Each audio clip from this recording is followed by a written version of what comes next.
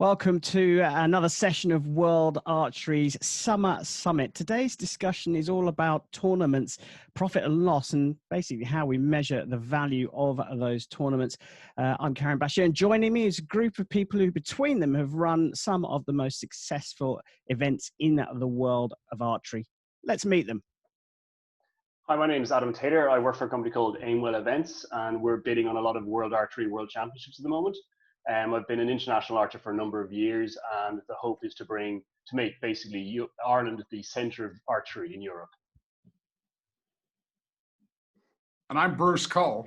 I work for the National Field Archery Association Foundation from Yankton, South Dakota, and we bid several of the World Archery tournaments, and of course our big tournament is the Vegas shoot. And I'm Darren Hughes. I'm the International Olympic Committee's People Management Advisor, and I've been fortunate to work with Olympic Games, Commonwealth Games, and a lot of other major events since around 2000. I'm John Knott, and I'm the Events Manager at Archery GB. I've worked at the London 2012 Olympics. I've been Competition Manager for the European Championships and a European World Indoor Cup as well. Well, my name is Rifat Chabuk. I'm the Secretary General of the Spanish Archery Federation. I've been involved in big sport events since 2003. And last year we ran successfully the 2019 World Youth Archery Championship. Well, welcome to all of you. Thanks very much for your time. I'm going to start with something really simple, and I'm going to come to you, Darren, to start with. Why do we organize events? What's the reason? Wow, great question. There are lots of different reasons. If you're starting from a small community event all the way up to the Olympic Games, I mean, in the biggest events, what you see often is it's a stimulus. It could be around economic development or fast forwarding infrastructure projects, or bringing people together around a specific project, enhancing cooperation among governments and things like that. But primarily, I think you'd see it's around economic development and impact, promotion of tourism, and trying to do good with the event for your host community. Rifat, would you add anything to that? The point, depending on how big the not only federation but even the club who wants to organize an event, the most important thing is the need to get more visibility, and especially how to get everyone involved in the organization. I mean, it's important for the club or for the country to get local government, the sport regional government, the high sports council government. So that's a big key when intending to organize a sport event. Adam, you mentioned that you're trying to make Ireland the centre of archery in Europe. So how do events come into that? The thing is, we're trying to make Ireland the showcase of how good Ireland is and the infrastructure that we have. So, for example, I've been to a lot of the events that my colleagues here have talked about, and they've all been spectacular. And I'm like, I don't like flying, so there has to be a reason if we can get them in Ireland. Save me a lot of traveling. But the main thing is, it's when I sat down with Archery Ireland and asked, can we bid for these events? The question was, well, why do you want to do it? And it was more to prove that we can, and we're just not a small country doing a small sport. We want to be a big country doing a big sport. So that's where we're coming from. Bruce, you run one of the biggest events in the world. What's the main reason behind the Vegas competition? Well, the Vegas shoot is something that, of course, has been around for years. We just celebrated our 50-some anniversary. I think that, there's several reasons that we got involved as an organization, but primarily is to have a better vision of the sport and to grow the sport worldwide. Our venue there has been probably the best you can have, being the city type that it is, and the availability to the whole world to get there. But, we've always tried to work under the premise of giving something back to the sport. And, as a volunteer organization, which I think most of us are, or at least we rely on volunteers, that's a huge part of it. And, growing, as the old saying goes, growing the pie is what I think we're all after. To just take people from one area of the country and move them to another or the world really doesn't accomplish much. I mean, obviously exposure is good, but to try to actually grow, you know, our demographic, our number of people, is what I think we're all about. And John, finally to you for your initial thoughts on why we run events.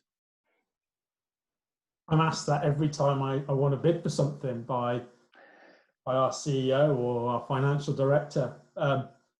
There are a lot of things, particularly here in the UK. We have to work with a association called UK Sport, who govern all over sport, and they've got a list of tick boxes that are so outside of the actual delivery of the sport and community interaction. How are you going to set up clubs? What's going to come out of running this when the event is tidied up and gone? It's got to be more than just we ran a great event. We are all very capable of running really great events. But there has to be more. There has to be a project come out of it that creates a new club or creates new volunteers, and also doesn't leave us with a negative balance from the running the events. And that's a real skill as well.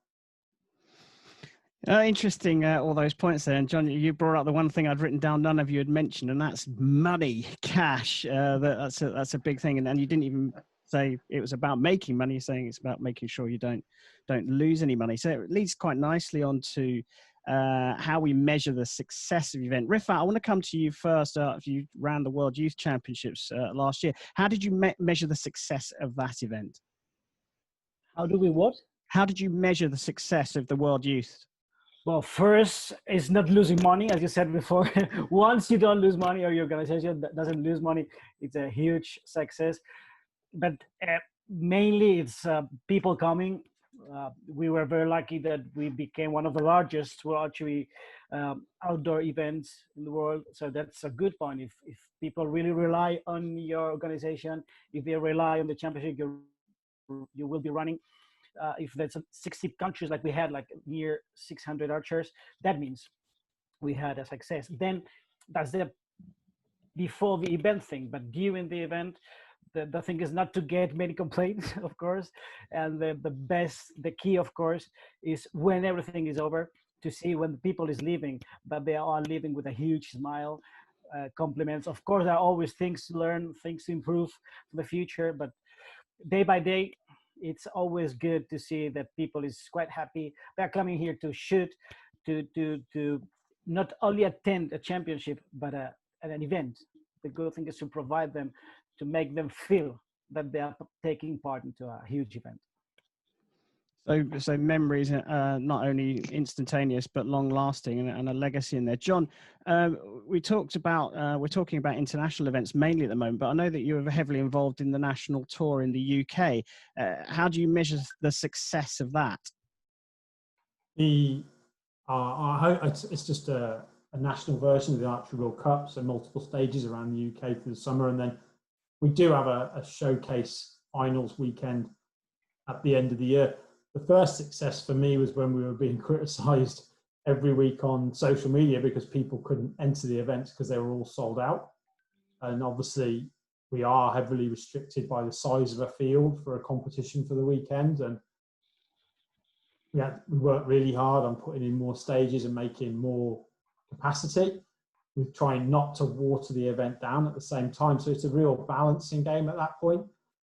Then we had a series of finals in Nottingham for 4 years, where the biggest problem we had the one year, there were so many people coming into the area to watch it around the back of the house we were putting it on, that people were getting nervous. There were too many people in there watching. It was a free-to-view event. So the next year we put in more steps and made more area. So for me, stuff like that is a fantastic measure. Last year, we were in a great setting in Wales, but it was the worst weekend of September weather ever, and we still delivered an event. And actually the venue was surprised how many people had come to watch, because normally it wouldn't even be a dog walker in the grounds that weekend. So still some people, we're not talking many, still came to watch us for 20, 30 minutes. And the local club filled a beginner's course off the back of our event being there. So for me, that was a great success that weekend, that the local archery club had 30 people sign up to try archery. So you sort of that horrible word we used a lot in the UK after the Olympic Games in London, legacy, is clearly quite key, and having more people get involved in the growth of the sport also. But you're also touching on location as well, and managing that. Does anyone else have any thoughts about how we measure the value and the success of an event? In terms of the legacy for us, what we're hoping to do is introduce, let's say, the west of Ireland, which could be seen as a tourist destination, but also, as John said there, to see the club over that side of the country start to grow. So by us having the event over there rather than being capital focused, we can get more clubs going and growing over in the west, which means more archers in the country, which ultimately leads to better shooting for everybody. So in some respects, a good event, even a local domestic event, can result in increased performance amongst a national squad. Is that roughly where you're going with that one? Yeah, and not only that, but it also gives us an excuse to grow other programs that we've been working on, such as the schools program. So we can now say, look, there's a big event coming in 3 years, let's get the schools involved, and all of a sudden you get volunteers and you get more people doing beginner courses. So it's, when you run a competition, well, we've all said profit is like the key thing you look at first, but it's the legacy of, well, what grows into this, because we need volunteers, and then what grows out of it. And that's the pipeline that we work with over here. Well, again, you kindly led me perfectly into the next question, which is about money. Adam, we'll stick with you. Should a tournament make money? Should every tournament make money? I think it is incumbent on the organizer to have that as the main guiding goal, because if you're not making money, you're losing money, and that means that's coming from some other pot that you're taking away from.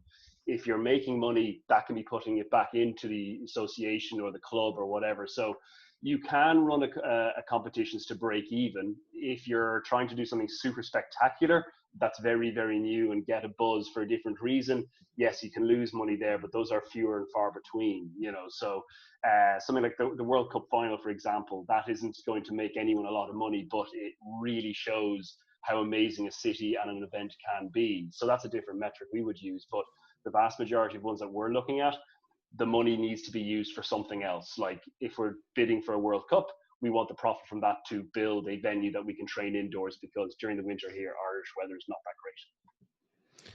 Bruce, Vegas is a profitable event. I suppose there's a myriad of questions I've got. Would you run Vegas if it wasn't? Well, actually, I think that's an assumption that a lot of people make because of the size of Vegas. But I can tell you right now that if Vegas wasn't run by an organization, if I owned Vegas as an individual, I would sell it so fast or try to give it away you wouldn't even imagine. You know, at the end of the day, yeah, we make some money. And I think it's like a lot of people, a lot of the other organizers look at things. You know, we end up subsidizing some of our programs. In fact, if you had to ask me, where does the profit from Vegas go? It goes to our youth, to the scholarship programs that we have that, you know, is open to worldwide kids. So that's really in essence what it is. As a business, it wouldn't be something that would be very lucrative. I don't think we would have Bill Gates or Warren Buffett or anybody else, you know, standing up to bid on it. And you know what everybody is saying, I think is so right. You know, when you start an event, whether it be a Vegas shoot or a world championship or a World Cup, you know, in so many different locales across the world, we find out that, you know, there's different ways to look at the finances. I personally think the way that I've had to look at our events is that we don't have a big government subsidy. We don't have a big state subsidy. So I've had to look at, you know, what I think is a new term in archery, which is what Darren mentioned, you know, the economic impact and the actual sports tourism.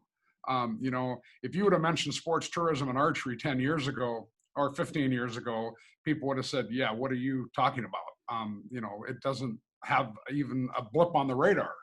And I think one of the things that we all need to work on is getting to the point that we can run independent events and we don't have to rely on, you know, some type of a subsidy. I'm not saying that it's wrong, but I think that's where we need to be. And that's something that we've had to work on very hard. And, I think it's becoming successful. Archery is becoming more popular. I think it's more of a mainstream sport than it was. And hopefully we can look at other types of sponsorships to make a real business out of the events. Yeah, that's really interesting. Darren, I do want to come to you on this because I think it's important that I think some of the lessons that the IOC have learned and implemented over the last few Olympic cycles is very much about making a more holistic approach to delivering an Olympic Games. And it seems to be that this is filtering down into the associations involved in providing the actual sport at the Games. So this reinvestment, is that a model that you think is right across the board with Olympic sport? Absolutely, and I really like what Bruce just said. But at the Olympic Games or these other major events that are really impactful, what I like is that we're seeing more of these legacy initiatives moving kind of above the line rather than below the line in terms of the final financial situation. So rather than just say let's plan for break even, and then if there's anything left, that goes to sport or sport development. Instead, that we're actually funding or seeing those key initiatives coming up and being funded as part of the core budget of the event. And so I see that happening a lot.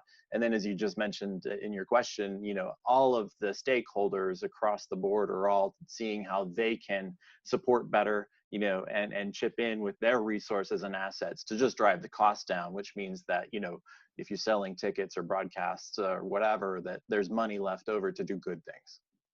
Yeah, interesting. John, you mentioned about the UK sport funding in the United Kingdom. That sometimes puts some restrictions on how events are run in the UK, right?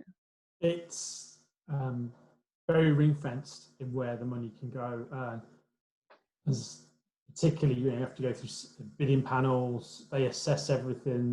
Then you've got to bid and work with cities as well. So to line everything up, to make a bid for us for an international event isn't very straightforward, because by the time a bid deadline's passed, we need a year to work with UK Sport and a city before we can even get to bid.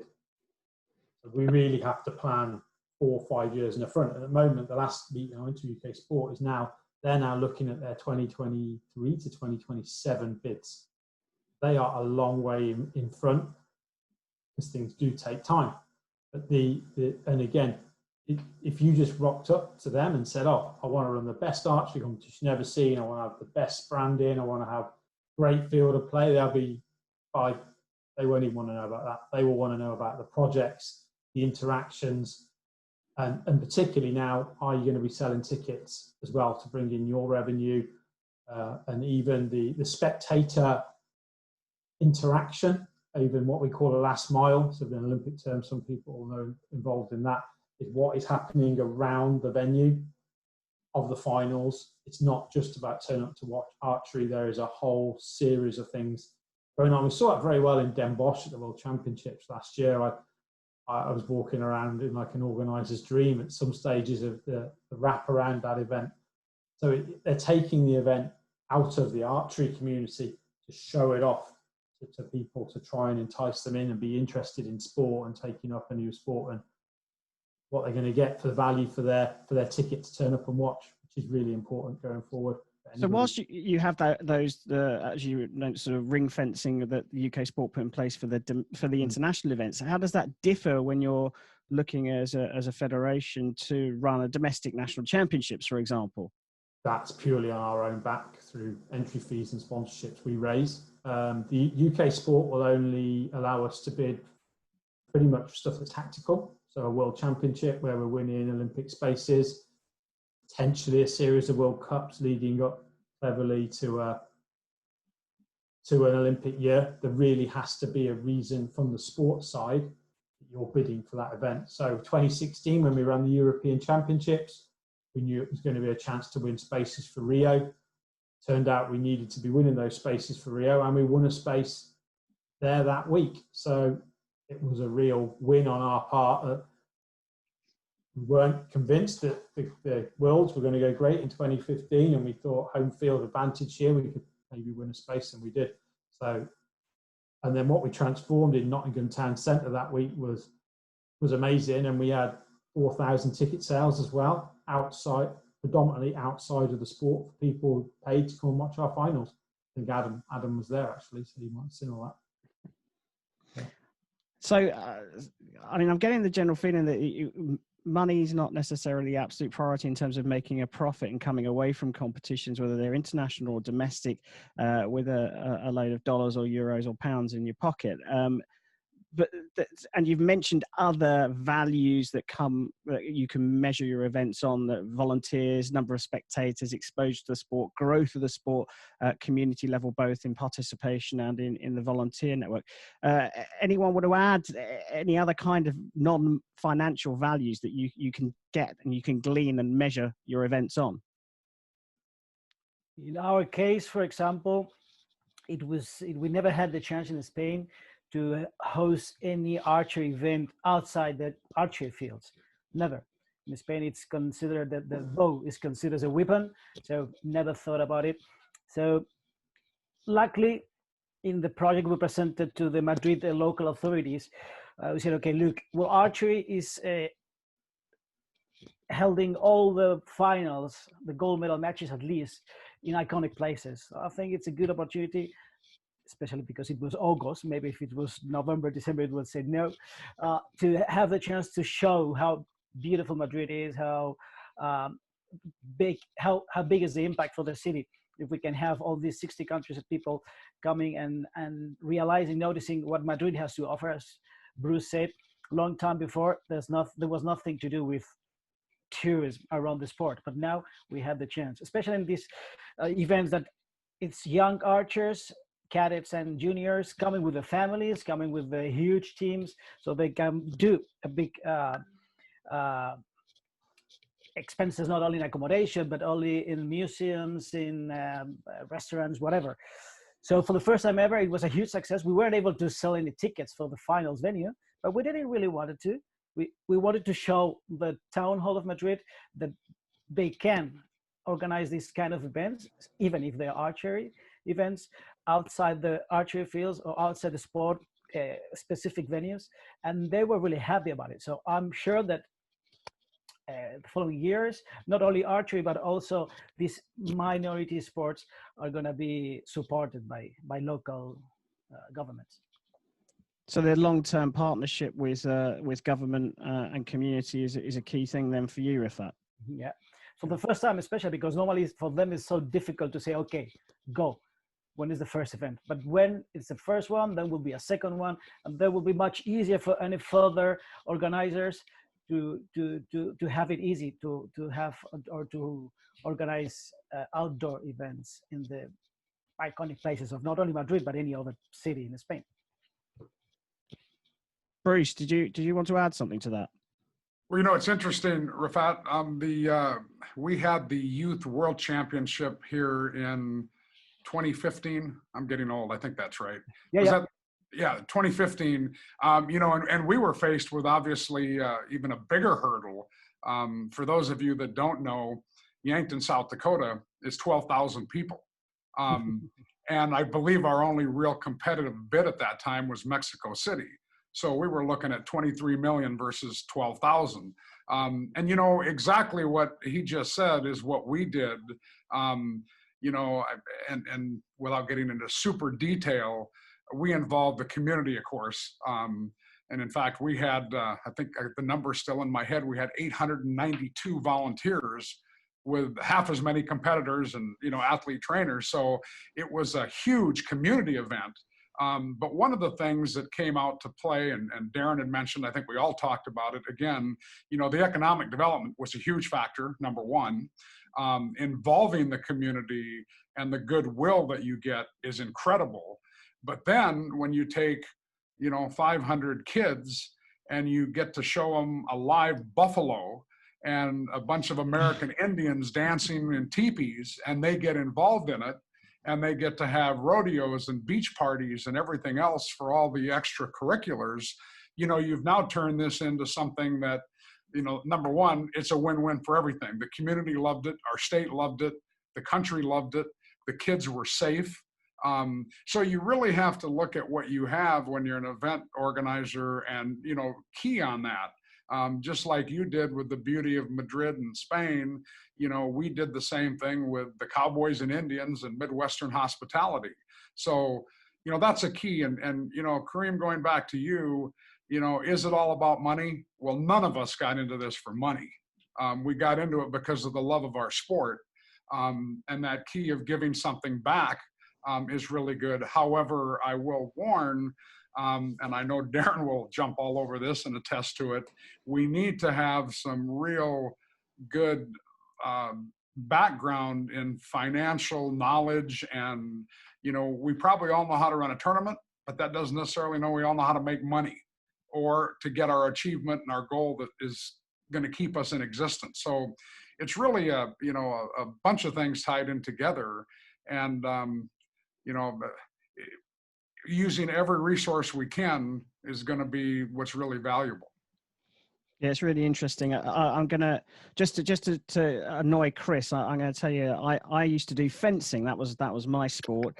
And I want to come to you, Darren. The reason, because I may mention that, is because I started when I was 7 years old, and I couldn't have done it without my parents, without some community support in terms of facility, and also with a bunch of coaches that really weren't paid very much to give a bunch of kids fairly unusual niche sport like fencing tuition to a bunch of kids.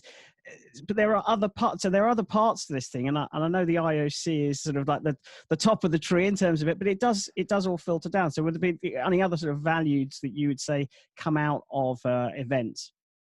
I think it's there's some really interesting things that have already been said and spoken to a little bit, but absolutely, as we look at you know, our own event and staging that, you know, did our own team, did we perform well? You know, did we gain new enthusiasts to the sport? You know, Bruce talked about demographics, and are we changing our demographic? But, you know, are we bringing new volunteers, you know, new people who are excited about the event, who will kind of become brand ambassadors for us? You know, so we have kind of our own internal metrics though as well. Are we building future event hosting capability, whether it be in the same sport or, you know, just in the community in general? So that's definitely one of the aspects. We're bringing the World Athletics Championships to Oregon in 2022 now, delayed for a year because of the Olympic Games moving. And, you know, we are really trying to define the experience, just as the last couple of comments were about, you know, small town, you know, different environment for a very major event like the World Athletics Championships. But so what we're trying to do in terms of of understanding or evaluating how we can be successful is looking at the experience that is expected for every constituent group. So, you know, from the athletes to the you know, workforce members, the volunteers, to the fans, to the media, and all of those, because it's going to be very different than you know, London or Moscow, these big cities that have hosted the athletics championships in the past. And so we're really trying to figure out how we can measure, you know, define the constituent experience, and then how we can measure, you know, their engagement and their satisfaction and their success around that event. That's great. Look, I'm hearing a lot of non-financial things, but I think there's one thing that Bruce said there that I think is probably a key thing that should come out of all of this for people that don't know what you guys do on a day-to-day basis in running events. Is it's not about necessarily making money. It's about making the most of the money that you do have and maximizing those finances, as well as then providing all those other assets around the outside of the event to provide something that does produce long-term lasting effects. Adam, you haven't said anything for a short while, so I'm going to throw you in the hot seat with which I think is the hardest question of the lot today, and that is, where are archery events weak? What are the gaps, and how do we improve archery to make it even better? Well, you can look at that from a couple of different ways. One, I'd look at that from just the general public that wouldn't know much about archery. So a lot of like World Cups and stuff, they're brilliant, they're amazing shows, but how can we make the show better for spectators that don't know much about archery? And then on the flip side, from an organizer's point of view, my customers, if you want a better term, are the archers themselves or the federations. How can I make it better for them when they go? So things like the general thing we always talk about as an international archer is the transport and the food and the accommodation. That's what is the minimum, and that's the most bugbear for any organization. And anyone here has run events will tell you of war stories and scare stories of those sort of things. But if we get those three right, it's easy to build on the adventures and the nice things afterwards. But where we're looking at in Ireland as well is this exact question from a spectator's point of view is, how can we get more people from the community involved and just to come in and see what it is, because they'll join clubs afterwards, they'll get involved. So we're looking at, particularly for the ones that we're bidding for at the moment, are creating festivals that have an archery finals there. So there's going to be, in our mind, we've got, it's much more of a kind of I use the term hippie festival. So bean bags and flags and food and music. And then there's an archery final happening at the same time. So it's to encourage people to know that this is a fun, vibrant sport, and there's much more going on than just 3 people shooting arrows for 3 minutes. There's much more about going on to it. John, have you got anything to add to that? Our main area of weakness for me is money coming in from outside of archery. So the sponsorship pot in archery is getting spread thinner and thinner and thinner, because the archery companies that are incredible and support as many events as they can, and as event organisers, we need to make that pot bigger for them by bringing more archers in and getting new people in, because if we don't grow our sport, the sponsors' pot is getting divided up more and more and more and more, and everybody wants a bigger slice of the pie. They keep trying bigger and better things to demand more money from the current sponsors that we've got, and we've all got the same first 10 sponsors we're using, and you keep trying to trump everyone. I've had a better wedding than you, yeah, and you use more and more of that money not in the right areas all the time. So it's important that as organisers we find money from outside of our sport, be it Red Bulls, be it banks, be it more car firms. It's really important that we bring more money in rather than the same pot recirculating as it is at the moment. So basic laws of economics and marketing then, would you say that your brand is key to bringing those people in, to make your brand a recognizable and likable brand to get involved in? Yeah, and we're really lucky with our national tour. When it started as the national series in 2009, we were ahead of the game. But you've got to stay ahead of the game to be able to keep asking those sponsors for that same money. And I'm very lucky that I've got great relationships with a lot of the key players in a lot of the companies to be able to fund it. But I've got to be able to see these same people every year and go, this is what we've done better this year. Because if you keep going back with, oh yeah, we've done the same again, it was great, and have a bit more. Why? What are you doing with our money? Sponsorship has got to be a two-way street. You can't just expect money off someone to put up a banner on a piece of railing. You've got to be helping them sell their product, market their product. You've got to get your placement of their brands in the key shots, in the key, if it's being streamed or videoed or filmed or photographs, on your social media, on all your branding. You've got to have good placement of their stuff. You walk into Bruce's arena in Vegas and it's incredible how it's branded up behind the target line with his main sponsors, and that's in every photo, in every bit of film. That kind of stuff is incredible. And I've heard it too many times. I've been asked too many times, oh, how can I get sponsorship from so-and-so? I'll put their banners up the field for 50 people to see. They'll give me $5,000 for that, won't they? And that's the thing, isn't it? Marketing's become so much more creative now, and you have to be inventive. Anyone that's asking for money wants to see something different, as well as the credibility that comes with supporting an Olympic sport. I will come to you, Bruce, but Rifat, I want to ask you about how you dealt with branding at the World Youth Championships last year. Well, unfortunately, we didn't have big sponsors, not only for the World Archery Youth Championship, but also in Spain. So that was one of the keys of organizing the event. When I said before, not losing money.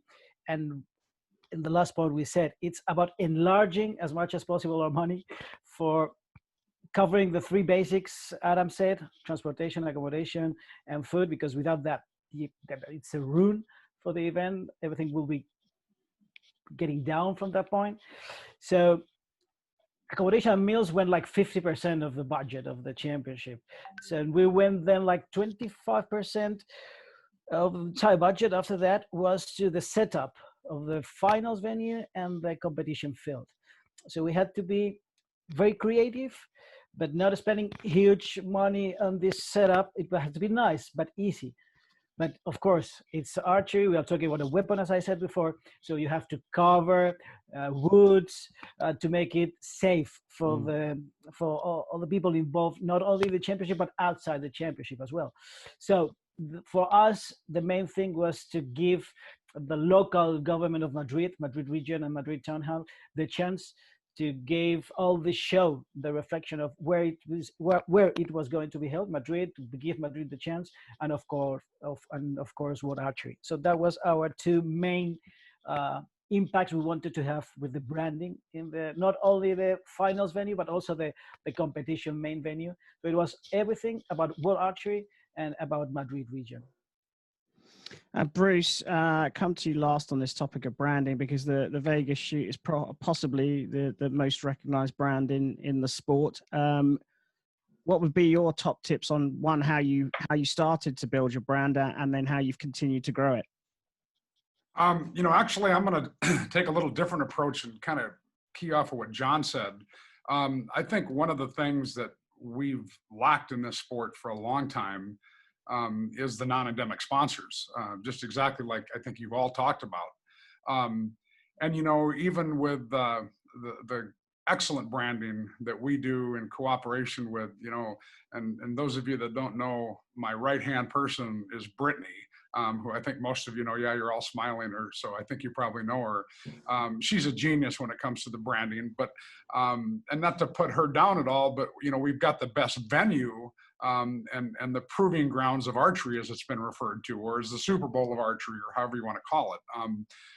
4,000 competitors is huge, obviously. But I'm going to tell you something, I'm not happy with that. In fact, I'm not even remotely happy with that. One of my mentors in this whole game, I think a lot of you probably know who Juan Carlos Holgado is. He was with all of us at the beginning of Vegas and helped us do everything from the branding to where we are today. And, we would always play the game, what's your vision? How many people do you want? And, I never threw a number out, but I don't know that I would be happy with 30,000 competitors. But the problem that we still have, we took a good shot in the arm with what Hollywood did for archery through Katniss and the Hunger Games and everything else. But, we just didn't react enough because we're still a small sport. And I think bridging that gap to what John wants, to Adam, Rafat, all of you want, and what I want is very, very difficult. And I think, yeah, we've got a good start, but this, our branding is excellent. I agree, but it's still not to the point where I want to see way more people and grow our demographic and grow the pie. And I think I probably opened up a can of worms. It's a whole nother discussion, but it really is where we all need to be. We're just, we're kind of sitting in our own ruts or our own, status quo, and we just really have to grow the sport to a level that I think would shock all of us. I don't think you're wrong. It's same for my sport. It's difficult to get outside of your own confined area and grow any faster than just incrementally year on year. So again, thank you guys. You seem to be leading me very nicely into the next questions here. How important is it to attract the non-participant audience like some other sports have done? My mum watches Formula One, but, I don't think she's driven a car fast ever in her life. Is that something that we should, as a group, be aiming to do, to try and bring in non-archery people? 100%, and that leads back to the sponsorship part that John was talking about. If I'm a brand, I want to be at your finals area, but I want to showcase my brand in the best possible light. So I want to have a branding zone that I can say, here's my brand, try it, like it, love it, experience the brand. Oh, by the way, look, the archery competition that we're involved in, it's so good. That brands are looking for it, that will bring people in, but people aren't going to come unless it's an exciting adventure and it's an experience. So it's like this, just to touch back on the sponsorship question a little bit, like I was talking to my commercial team today and I said, look, forget archery sponsors. As John said, they're already booked up and they've got events booked up and they're already spending their money elsewhere. We need to talk to people who've never even looked at archery before. And to mention what you said about Formula One is, they're not just putting a sticker on the car. That ship sailed in the 80s. You know, they're doing hospitality, they're doing corporate days out, they're doing brand awareness, they're doing entertaining their sales team. So how can we get our competition to offer these services to these brands? And then that will bring in more of the audience as well. So we're looking particularly at, well, what will make people come to an event? Like, you know, if they're bringing the mom and the dad, the brother and sister and everyone, there's 5-6 people coming from a family, how can you keep them entertained for 8 hours? You know, and that's the things we're looking at. So you can't just go, there's an archery event. You've also got to go, there is the Archery Village Festival. And again, we look at what Holland did, and Holland was very, very good, and Spain as well. You all had mascots, and it's a simple little thing, but they're fantastic for kids. And you've got to grow on that and make an experience, basically. It's not just go in, see archery and go away. It's what do they experience all day for the entire day? That's what we've got to work on. John, I want to come to you, mainly because Adam mentioned it, producing events in city centres where there's a natural footfall. That's surely going to attract non-archery people.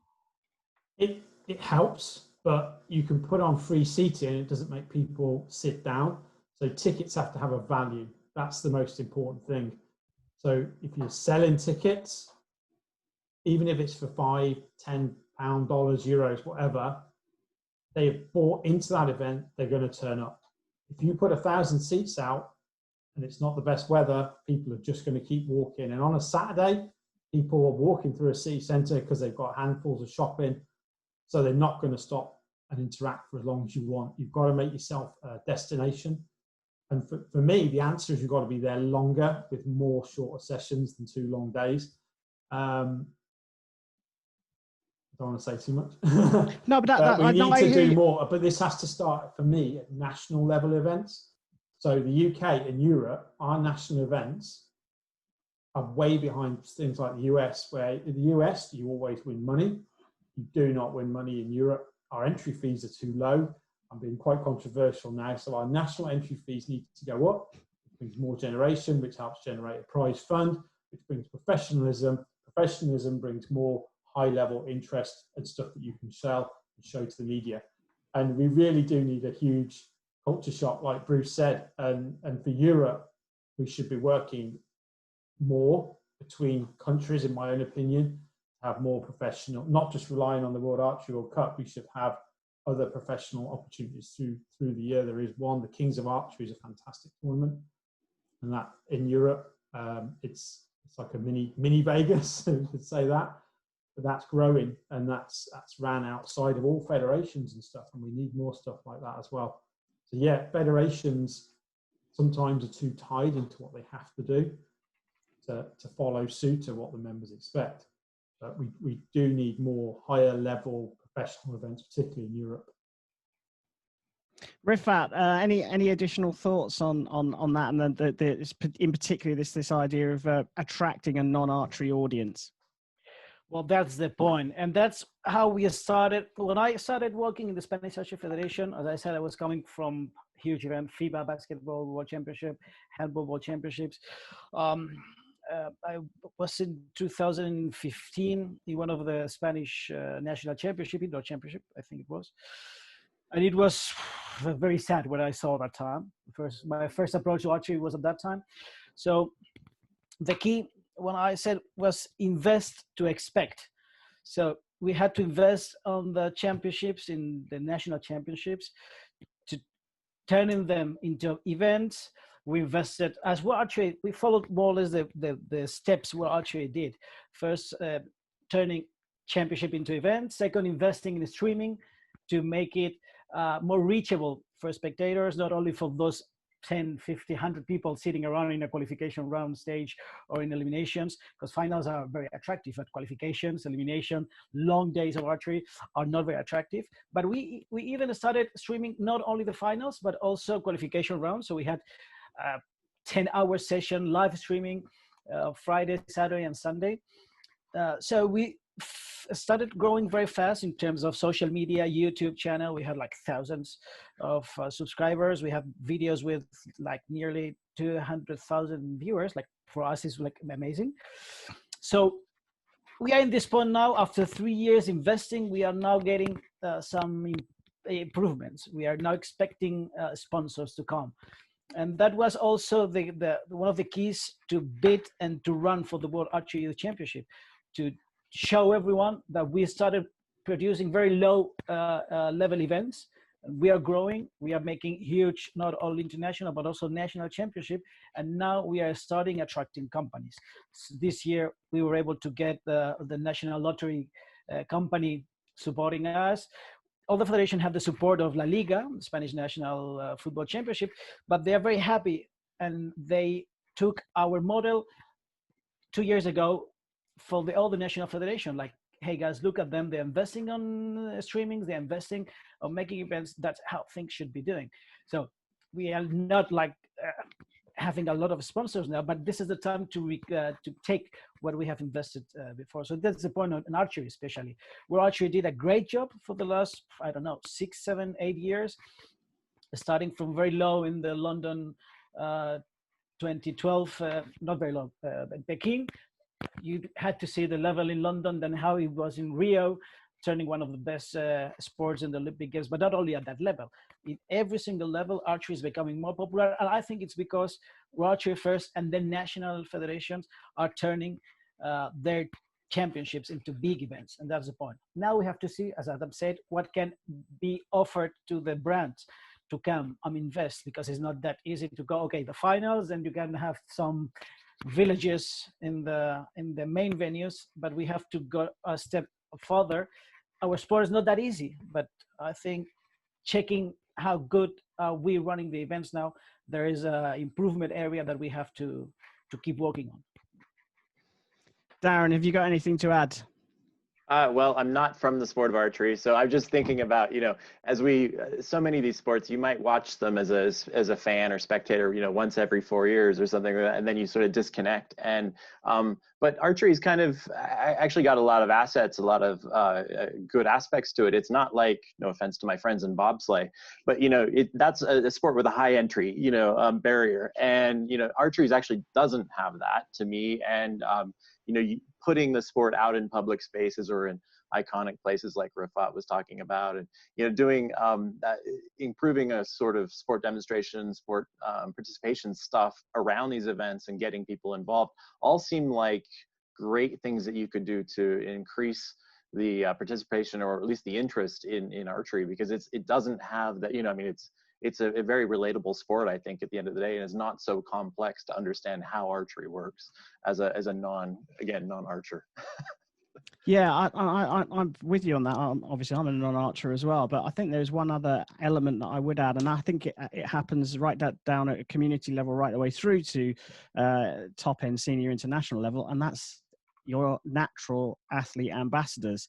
And I know World Archery are doing a great job of showcasing the stars across the world, and I think that's really important to the growth of a sport, because people like my mum will know who Lewis Hamilton is, but they don't know who some of the top archers are. And if we can start to turn that around, I think that might help as well with pushing the sport forward in general terms.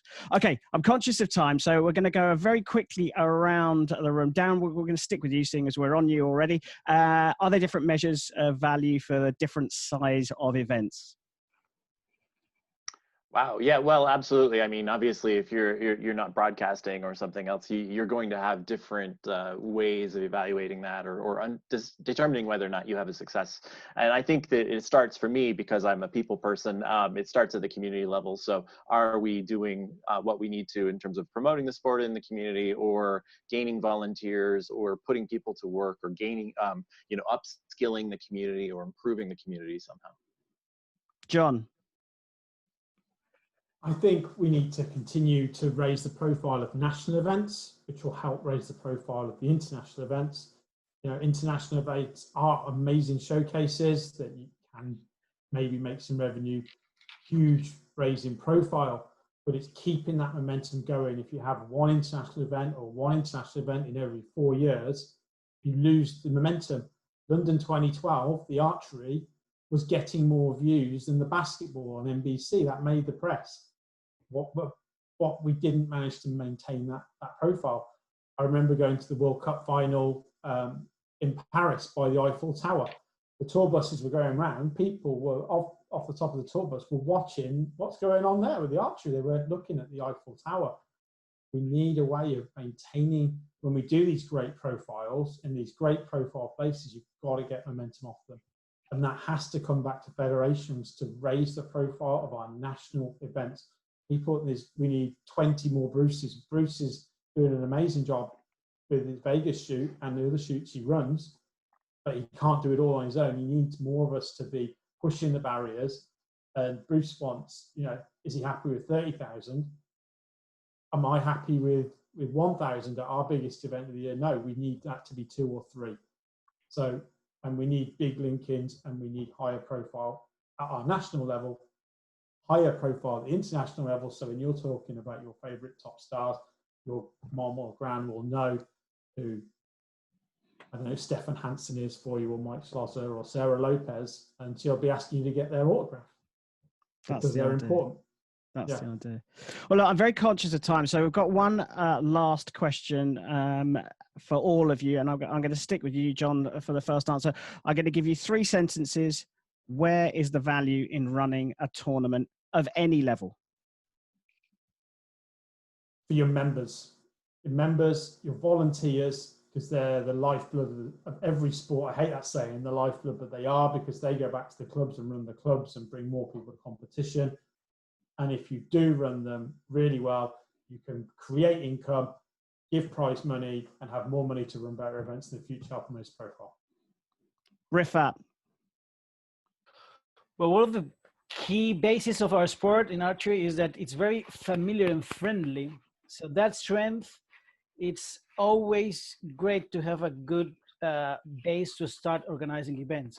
So keeping the big interest of archers, clubs, federations, in being all together and to work all together, because they are very used of training, practicing, doing everything together. It's great to improve and to reach the non-archers, we said before, and to improve our events, of course. Adam. It will be as John had said, the moving of skills, because again, we did the World Field Championships a long time ago, and then there was a long lull in Ireland, so a lot of the skill set was lost. So with the bids that we're putting in for 23, 25, 26, we're starting next year to run bigger competitions to learn the skills that we need to run these bigger events. So live scoring, which isn't done in Ireland, that kind of thing, and just everything's got to be brought up a level. And this, I know that term, the lifeblood of the sport is volunteers, but the more people we get involved, the more people learn things, the more people can run the live scoring, the IANSI or whatever it is, and the more judges, we need more of them. So every event, that's why we're running them, particularly that's why we're running the next 2 or 3 years, is not actually a profit one. It's we need skill sets and who can do this for going forward. And that's what we're working on, is skill sets over the next couple of years. Bruce, your thoughts? I think that servicing the existing archers, whether they be members or archers from around the world, from the local club level through the national levels, all the way up to the world levels, is obviously one of the big things. And also, as we're all trying to do, thinking outside the box to come up with new, different ideas to add the little pizzazz to the sport is the way to try to look at gaining new people and expanding our demographic in archery completely. So that's pretty much it. And a final word from you, Darren.